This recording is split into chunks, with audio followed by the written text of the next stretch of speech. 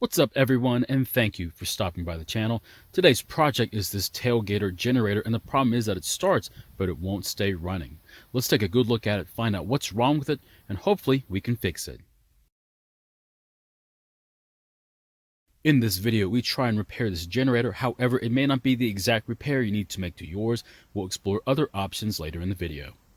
Now, this has to be the cheapest generator on sale at the time. I remember seeing this on sale for about $99 during the holidays, and for a 2-cycle generator, that's a really good deal. Now, what can you do with a tiny generator? Well, there's a label on the side that tells you exactly what this generator should be used for, and I hate to say it, it's not a lot, but at least you'll have power. Now, this thing is literally covered with information and warning stickers. I count 7 on the fuel tank alone, and I'm glad to say all of them have great information on them that apply to most generators, except for those that have 4-cycle engines. Now, this is when I noticed our first problem. There seems to be some fuel leaking around the gas cap. I want to open it up and see why it's leaking now.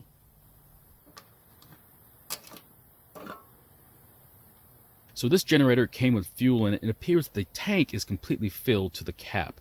Now, I can understand why it's filled all the way for the most runtime, but this can cause a major problem. There needs to be some airspace in the tank so the cap can vent properly. I don't think this is our problem, but it needs to be addressed. The next thing I want to do is start it up and see the problem firsthand.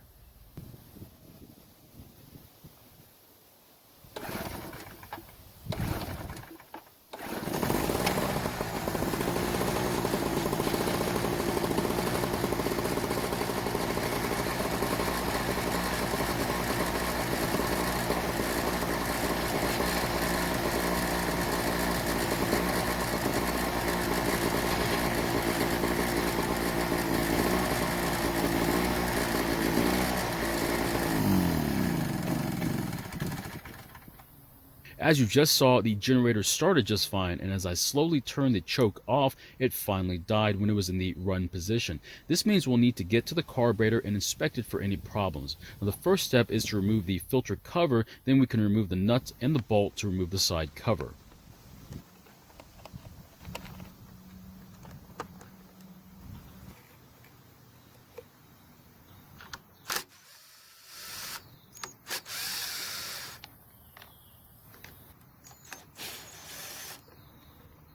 I'm not going to completely remove the side cover, but to get more room, I'll disconnect the wires for the on-off switch and the circuit breaker.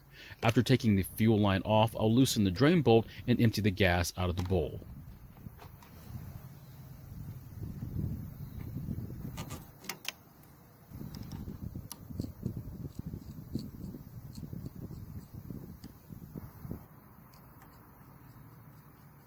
Now, because of the governor linkage, you can't just simply slide the carburetor off the engine studs, so to get around this problem, we have to remove the studs.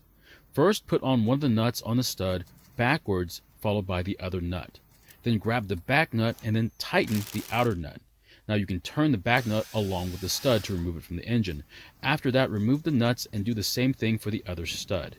After that, work the governor linkage and the spring off the carburetor. Don't lose this carburetor gasket, otherwise you may have some starting problems.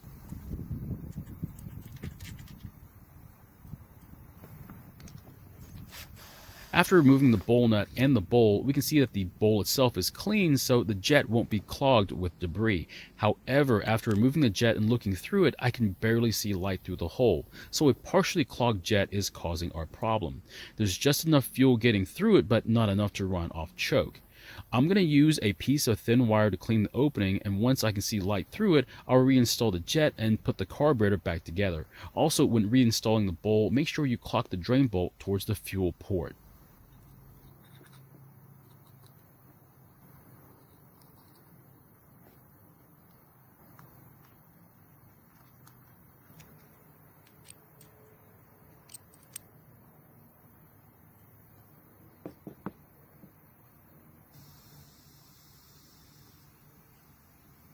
Now, once the carburetor is back together, reconnect the governor linkage and spring. Replace the gasket and the studs. Now, use the same method to install the studs as taking them off. This time, though, turn the nut clockwise.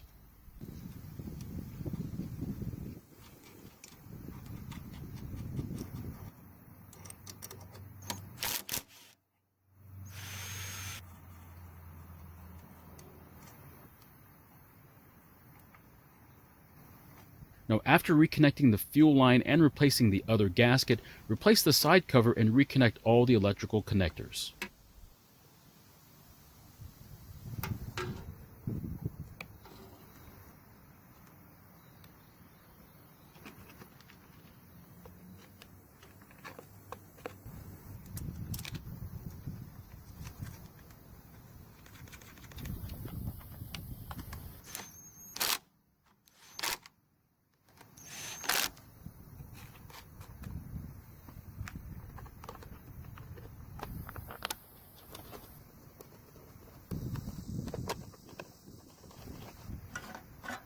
Now, before I try and start this generator, I want to drain some of the fuel out of the tank to make sure that the cap is venting air like it's supposed to.